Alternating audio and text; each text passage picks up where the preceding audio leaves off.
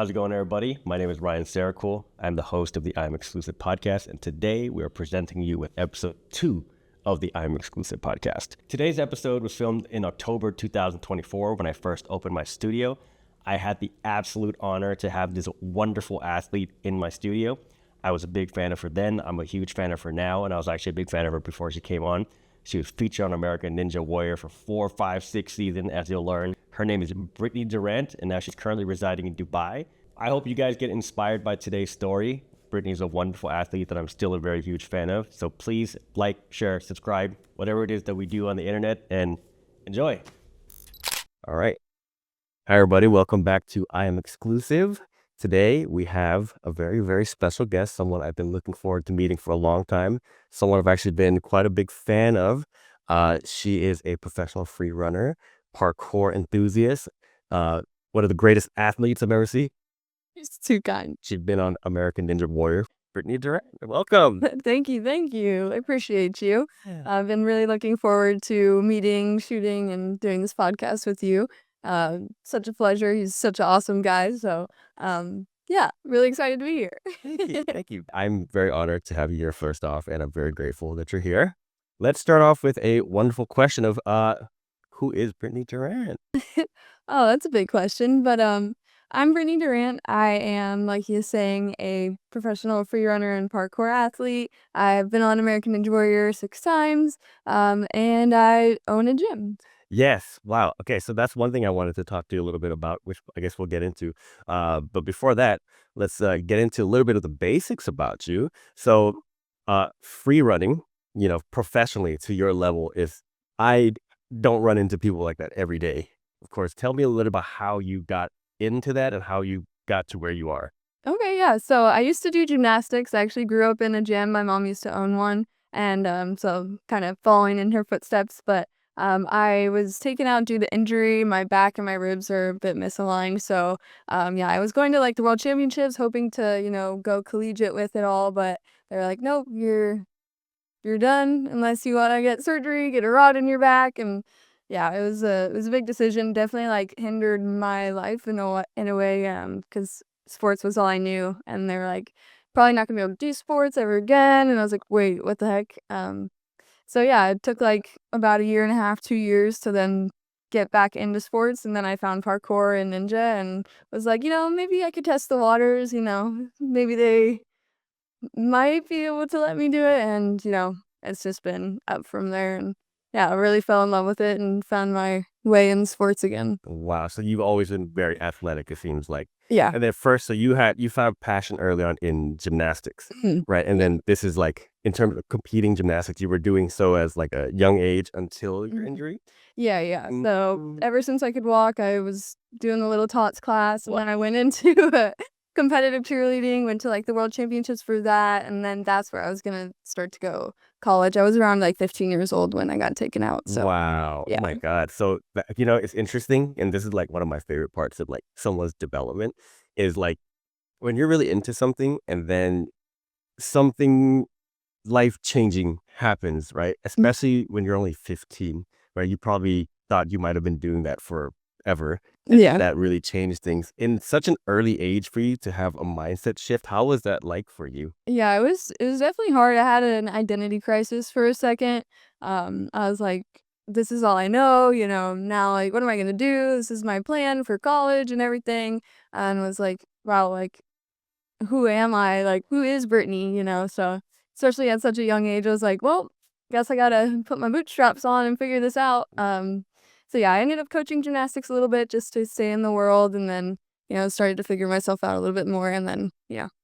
Now I'm in the parkour scene. Wow, that's so awesome. So that's, one thing that I think is super awesome about people that, clearly you're very good at what you do. You're very passionate about what you do. And these are like the big questions of like, what was the mindset shift of somebody? Like a lot of times people have to kind of find their reason on the why. I Mhm. think you went through that at a very early age, which to me is incredible. A lot of people don't do that until maybe even like their third. No, it's like, "Oh, I'm forced to do it, so guess we'll face the truths of life now." Okay, so that's incredible. Good to know. And I noticed that you have been in martial arts even a little bit of dancing yourself. All like you did a lot of stunts. Mhm. Looks like you dabbled in tricking as well. Is that right? Yeah. Yeah. So I was in the stunt world for a while. I was doing just a lot of different fighting styles to supplement my, you know, my background to make me more well-rounded because parkour helps a lot in the stunts. And then dancing, I did dancing when I grew up. Not as serious as gymnastics, but it's just such like a freeing art movement. So I really feel like it, played with, what I liked, what I felt free in. So yeah. Wow, yes. And the next thing I wanted to ask you about, I actually watched Ninja Warrior before it came to America. Oh, nice. Sasuke? That's Yeah. and people are that's good. Yeah, yeah. And they came on like they had like a Japanese channel and they would come on and it would be so entertaining to me. And then I remember America bought the rights to them or Mhm. shared the rights, right? Yeah. So I was watching that and it's so crazy to see how different like Westerners approach free running than Japanese people, at least early on. Uh-huh. Early on. So in that's something I'm curious about from your experience, right? Because now it's global. Yeah. Um, do Japanese people still compete like that? In I think so. I think it's more, I would say, quote unquote popular here now. Uh-huh. Because it's more mainstream, but that's where it started. That's like OG. People still do they fly out there for I guess Sasuke Yeah, still. yeah. And compete there still. So Uh, yeah, it's so definitely so still a Sasuke's thing. still happening. Yeah, yeah. Like the original Sasuke is still happening. Yeah, I think it's slightly shifted, but yeah, don't quote me on that. Okay, gotcha. Okay, and I guess the next question I have for you is, um, when you got into free running, and was it like, did you already have the goal, be like, I'm gonna try out this competition, or did you kind of get into it and then kind of flowed into doing the competition? Yeah, so I started off with American Ninja Warrior. There was a small gym near me, super small. Uh-huh.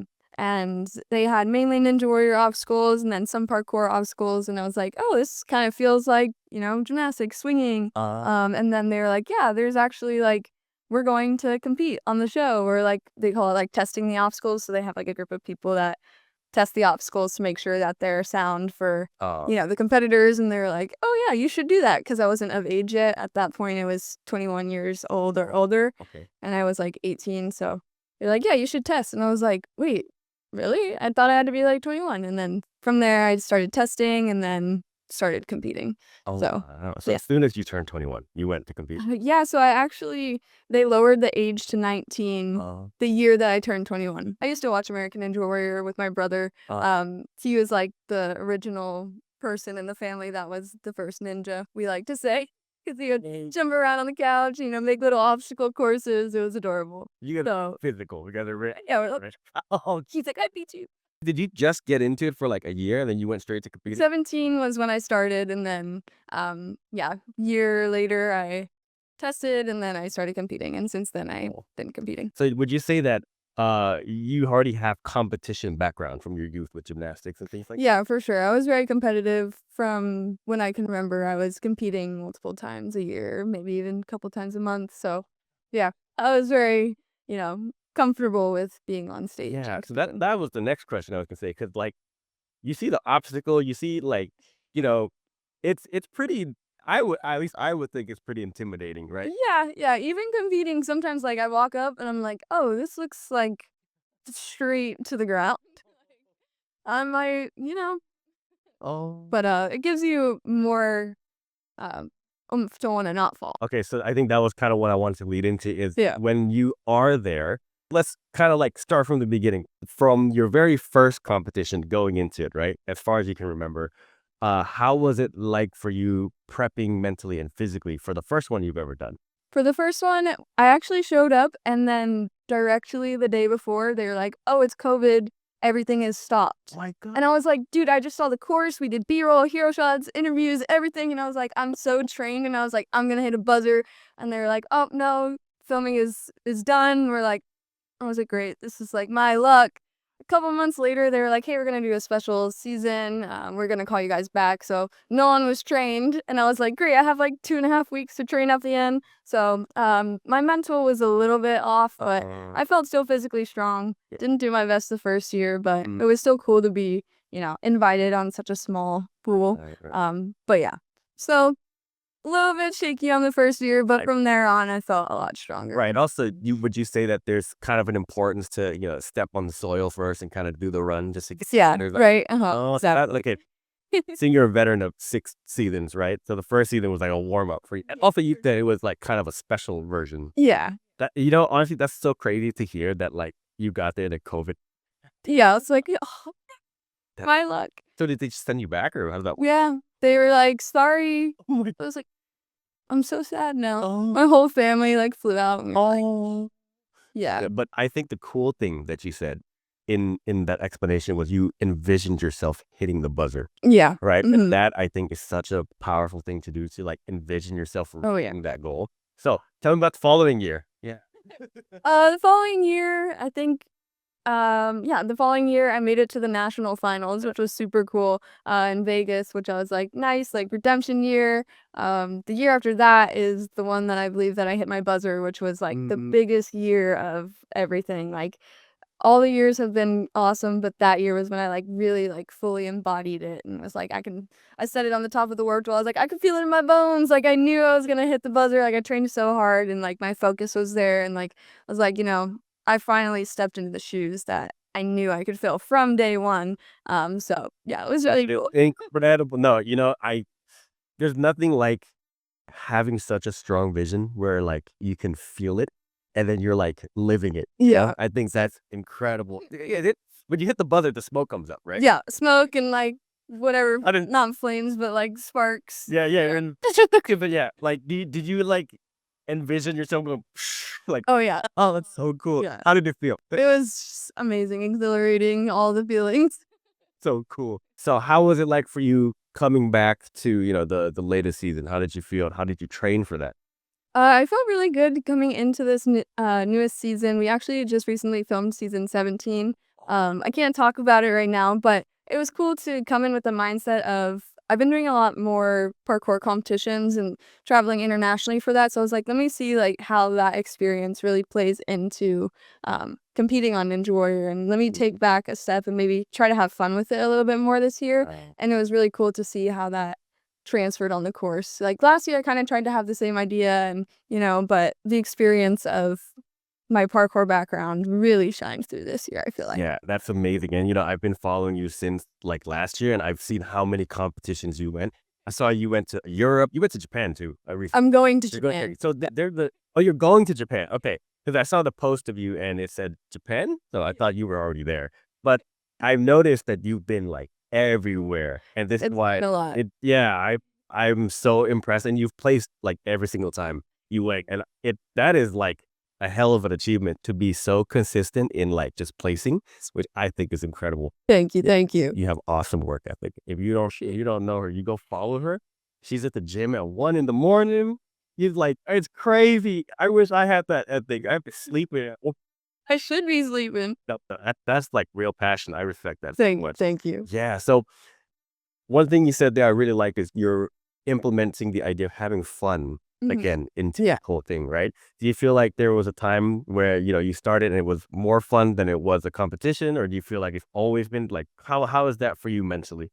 Yeah, it's been very much a wave. At first, it was like, oh, this is fun, and I'm competing. And I was like, oh, this can actually be really serious. So I got like super, super serious. And then I would get a little bit upset if I didn't perform how I knew I could. Yeah. And then I was like, oh, this is just like detrimental to my own self. I'm not having fun with it anymore. Now I need to like find that balance. And that's when I did really, really good. And then from there, it was just kind of like, okay, let me try to keep that, but keep pushing upwards with it. And now it's like, okay, I feel a little bit more within my own as an athlete to where I can really pick apart like, oh, I need to take this part serious, but I can have a lot of fun with this. Yeah. So I think that's when you really become like embodiment of your craft and your professionality in it too, right? And I think the reason I ask that is because most people when they get serious about what they want to do, at first they have a lot of fun, and then they see a path and then they get really into the path, and then like you mentioned, it becomes detrimental because you start to kind of have self-judgment in a way, or like you're basing kind of like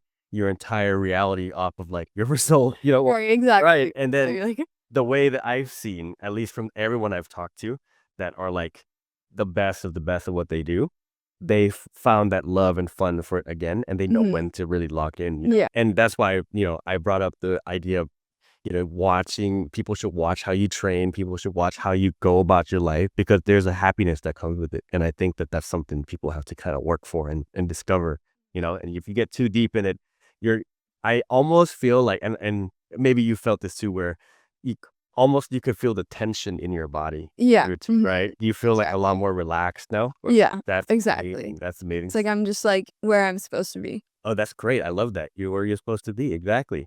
And I think, especially for what you do, you need to be like hyper present, For sure. So you really need to like believe in, because you are Yeah. that it's one split. I've seen the Yeah, no, yeah. I'm like, I don't look at my foot for 1 second. yeah, and that's another thing. That's one thing I'm super curious about. And let's get into that, is the the focus that has to go into what you do. How does that feel? Tell us about that, because that's not something I think Yeah. everybody can, I feel like with parkour and free running especially, it becomes that really hyper focus that you need, right? You're flipping, spinning, right? Landing, if you're not aware of where your feet are, you're gonna shin the box and then you're like, oh, now I'm limping, right? And then I'm gotta keep running. Mhm. So yeah, there's a lot of focus that goes into it. It gets frustrating sometimes when I start to feel really comfortable in my movement and then I start to like be lax on the focus and then I shin or I hit my knee or I trip or I land on my heel hard and I'm like, oh, I was just like not being present, right? Oh, I'm looking past like the little things. So it's like a reminder to, keep up the foundations, the basics, and then that's when those big things are gonna really shine through. Yeah. right. So your body, it's also kind of sounds like a development of learning how to trust your body through Yeah. going through the foundation. Yeah. Trust but not like neglect. I wouldn't I say neglect in a way, but not look past like the simple little foot placements or pushing or right, yeah. because I feel like a tiny misplacement can cause a big Yeah, sprain or a break even, or a tear, and that takes time out of you from what you could do. exactly. And being as, physical as you are, I'm sure taking time off is pretty uncomfortable. Yeah. I'm like, oh, I gotta just like if my like I just recently am healing from a heel injury and I'm like, oh, I have Japan coming up and I gotta like practice these flips. So I'm like, okay, now I can only do it in the foam pit or like now I gotta focus on just upper body. It's kind of frustrating to have to juggle those little injuries that happen. Yeah. But Wow. it's a part of the process and you learn things about yourself and work on strengths in other ways one time. I mean, watching what you do is like, I feel like I would get injured so bad. I bet. Hey, I've had some injuries for sure. It's funny because I did see a post you did a long time ago where I think you hurt your leg, right? I did, yeah. Yeah. I was competing on American Ninja Warrior and I fractured my shin in 3 places. Yeah, I was on crutches for like 5 months. Oh my I'm actually just now starting to feel like 100%, and that was last March, so over a year and a half ago. Wow. And I guess they do say you feel stronger, right? Yeah. You feel like it's been kind of a recovery process. Yeah, it was like it's really weird because it affected other parts of my body, like my hip from being on the crutches, like Yeah. no flexibility there, just, you know, it was a little upsetting because I was like, I thought it was gonna, heal a little faster. I probably should have done better on recovery. I think I, you know, didn't do the stationary bike enough, Oh, but but that jumped into it a little too early. But I'm fine now. I'm honestly much stronger than before. Like it's crazy. The things that I'm doing now is things that I dreamt of doing before I hurt my leg. So. oh, tell me about that. Yeah. Well, what are some of those things that you're speaking of? Yeah, I mean, well, now I'm competing in the World Cups and the World Championships for parkour. So I'm representing Team USA, and I'm doing, tricks to hard ground. Like when I was 15, I thought I would never flip again. So, and then before my leg, and then when I injured my leg, I was like talking to my friends, like, I'm never gonna be able to jump to save. And then they're like, no, it's fine.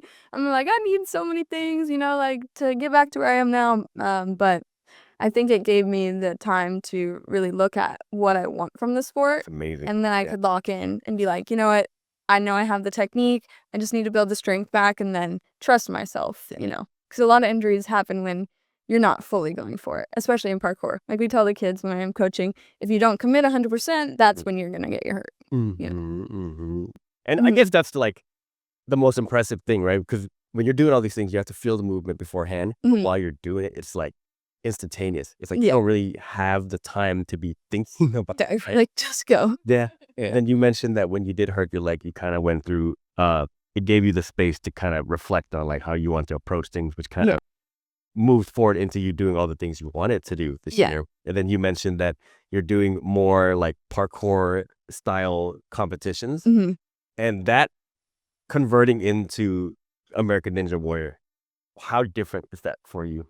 I feel like it was a huge bump in confidence because I was very, like, before when I competed on Ninja, there's not a lot of lower body stuff, but now knowing, like, okay, I can keep my feet under me. I know if I, like, commit this way, I know how to react a lot better.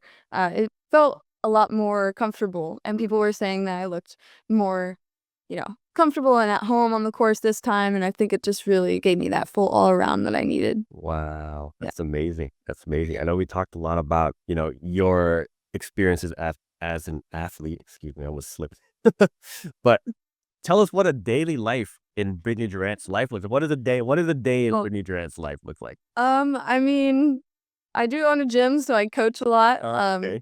I wake up and, I make breakfast. I've been trying to do a lot better on having a consistent routine with breakfast because that, makes me feel better just in general. Then from there, I do to-dos, emails, and so on. And then I go to the gym. I train, and then I coach, and then I go home, and then sleep and do it all over So again. basically, this is your full time, your like entire life is. Yeah. That's so cool. A lot of people dream to like live the life of doing what they love, and I think that's so cool that's like it's basically the eat, sleep, train lifestyle. Yeah. Basically. So now we're talking about the gym. So you're a co-owner of the gym, is that Yeah. correct? Mhm. Tell me a little bit more about how this came about. Yeah, so I originally trained at a different gym. I was managing that gym. Things ended up falling out with that gym, just, natural Hmm. businesses kind of crumbled to the ground. So then I was like, oh, now what am I gonna do? Like I was thinking of actually coaching dance or getting more into dance. Again, I was like, I don't think I'm experienced enough to coach dance. So we're gonna hold off on that. And then I ended up getting offered a job at the gym I'm at now. From there, I really built a relationship with the owner and the coworkers around. COVID happened and a lot of people dropped out. Oh. So it was really hard.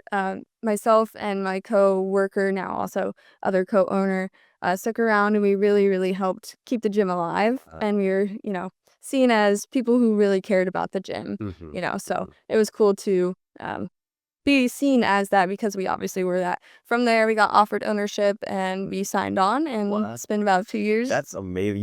It's Yeah. crazy to hear such huge successes at like, you started off competing your entire life. You had a life turning event at 15.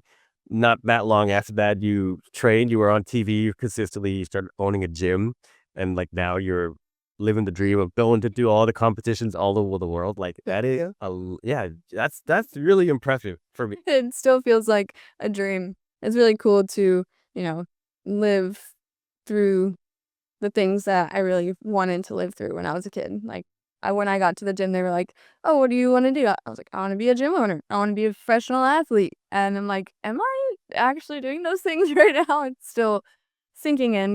There's so much road to come, but yeah, And I we're think starting. that's how, most people kind of go about you're not so fixated on like this dream because you understand that there's a bigger picture Hmm. and that it's more than just you. It's more than just you. You have your community, your family, your people, and you're pushing to be better for yourself as well as that's helping to inspire other people. Exactly. Whether you know it or not. Even for me, I don't free run, but I watch it. It's like, man, that work ethic is crazy, and like, I wish I wish I could be more physical, It actually like, it's funny because I saw you work out so much. So I had the foot injury. It's actually still healing. It's been like 6 months now, Oh, and it's still like trying to figure it. okay. And I was like, man, I want to go do deadlifts. It just melted, and I went deadlifts. Like, That's awesome. yeah, Oh, no, great. You never know who you're inspiring, right? yeah. From That's just sweet. ethic. Yeah. Ethic itself is so impressive to see like someone so into what they're doing. I want to know what is next for Brittney Durant. Well, next is Japan World Championships with Team USA. Wow. From there, it starts the new season. If you place top 6, you get put into World Games in China next year, which is the Olympics of parkour, right? So it goes Olympics and then World Games, World Championships, Okay. World Cup. Okay. Right. And there's no Olympics for parkour right now. So World Games is the Olympics for parkour. So yeah, I'm just focusing on that, trying to train up for that. And then from there, just running events at the gym, just, training. I'll have a little bit of an off season, but yeah, just enjoy life in between. Yeah, that's amazing. That's amazing. I think the way you approach life is it's very insightful. I think a lot of Thank people you. can pick up from that. And I think that's one thing that I was very curious about, where it's like, people will sprout from the times of self-reflection, Mhm. and some people are, I mean, of course, everybody thinks that like being gifted is one thing, right? Having good work ethic is one thing, but I think having a purpose that comes through like your self-reflection is Yeah. like the most impressive thing, and it shines outward, and you're For like sure. constantly learning from this cycle, Yeah, you know? the growth process is really important, and I feel like reflecting and then applying is what makes the difference, right? Like you're saying, like work ethic and being naturally gifted is one thing, but being able to grow and grow and grow Mm, just on an upward spiral is what I love think that. makes people who they are. Love that. The upward spiral has been a concept that I've been exploring as of like the past couple of years, Yeah. because everything I believe is mental, mental or like spiritual. You can say it's spiritual, mental, and physical. It's all the above, right? And they all intertwine, and you can't ignore one or the other For sure. to produce the result you want. And like that's the thing where you got to really ask yourself, like, what do I want, right? But also at the same time, it's like you can't control what you want. You can only Yeah. flow into it and like let it take you. As well as Exactly. having like, you can have an idea. Let's say, oh, I want to be a gym owner or something. Like it's not like you knew you had like a checklist roadmap of exactly, because it's such a not go there. But you did act somehow. You did it right, and then now you're going to Japan. This is your first time going to Japan. Yeah, I'm super excited. I actually had never been out of the country starting this calendar year. Right. And now this is gonna be my 5th time, I think. Wow, in 1 year? Yeah, so France twice, Portugal, Canada Yeah. twice, yeah, Oh, and then Japan. how did you like France and Portugal? It was awesome. Yeah, I actually really liked Portugal. I went Yeah. to Porto. I wanted to go to Lisbon because that's actually where like a lot of parkour was really founded. I mean, every France was where Really? parkour was originally originated. Okay. So I got to see that, which was awesome. I didn't get to go to Lisbon, but Porto was amazing. It was such like a vibe, and I was like, oh, I could come out here again. Mm, France was cool. I went to Montpellier out there, and wow. I saw your stories. yeah, I saw both of your trips. yeah. Like really cool. I was like, Yeah, it was awesome. Yeah, super cool. I liked Portugal probably a little bit more, yeah, I would say. yeah. I mean, I've never been to Portugal, but I could probably agree with. Yeah, France kind of reminds me a lot of like New York. Yeah, like cool, but actually down by Paris, I was like, this kind of reminds me of Central Park. I was, I just feel Yeah, like, you're right.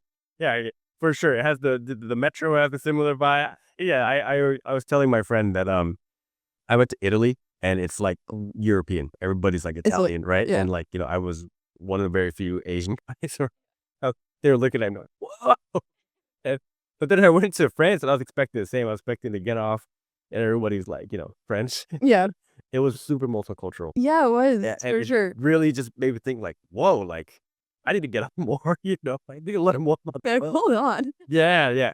I want to see more. Like Portugal looked really dope because I saw your stories, and that had like a very knit tight cultural feel. Like they kept Yeah. their architecture. It looked like they kept their culture very Mhm. very knit tight. Yeah, New York. I mean, that's I'm sorry, I said New York. I meant to say Paris. It seems very multicultural, so I couldn't really. And I didn't go anywhere else besides Paris. yeah. So it was like, okay, maybe I'm just in the wrong place, right? I mean, it's kind of like that. Uh, Yeah. yeah, I think historically, France has been through quite a bit. And then you went to Vancouver? Vancouver, yeah. That's where I went to the Sport Parkour League World Championships. Wow. Yeah. How was that for you? That was awesome. I actually double podiumed, which was like such a dream, especially like the first time at SPL. That's like a really big competition in the parkour world, just because it's very respected upon all of the parkour athletes. So yeah, it was cool to show up and make a name for myself That there. is so cool. So it sounds like this past year, ever since you've been recovered from your leg, you just came back like Yeah, no, honestly. 50%. Yeah, this year has been such a big change for me. It's kind of gives me the same idea as the year that I hit my buzzer for Ninja. That was 2022. So it was like 2022, great, same feeling, injury, setback, and now it's like this year has been probably one of the biggest years of my life. It's been really crazy to be like, wow, all of this has happened in a year, and I just came back from like fracturing my shin. It feels unreal, but very Like a rubber band effect. yeah. Easy. Yeah, right? Like, whoa, Yeah, trying to right. catch up. Yeah, wow, that's incredible. Incredible. Okay, well, I don't want to take up too much more of your time. We have a shoot after this. Look forward to her awesome pictures. But Oh yeah. I think with the way I'd want to close this off is, with everything you've been through and everything that you're experiencing now and moving forward, is there anything that you would like to share with the world from your experiences and kind of leave behind, nice message and a good word? Yeah, for sure. I feel like no matter what you're going through, right, there's always going to be a brighter path on the other side, right? Like you go through this, you come out stronger, right? That growth spiral upwards. Like no matter what it is, whether it's art, music, you know, athletics, business, like no matter what the setback is, it doesn't matter because you're learning, and what you take from that is what's really going to set you apart, right? So don't give up, keep going, Wow. and you got it. Incredible, incredible. I would like to close this off by saying thank you so much for Thank your you. time. Thank you for sharing your stories. It's really inspiring, and if Yeah. you guys are out there listening to this, behind the success is a lot of work, and not just physical, not just like the action of repetition. It's a lot of self-reflection, self-development, how you treat yourself, how you treat people, how you treat your life ultimately comes from you. And I think you're a great example of that. So Thank you. You as well. I'm doing my best, I could hit the gym a little more. Oh, come on. Thanks so much for being on this episode and look forward to seeing you the next time. And please go follow her. Follow him Go too. follow. No, thank you. That's a wrap. Uh, Thank you for sharing.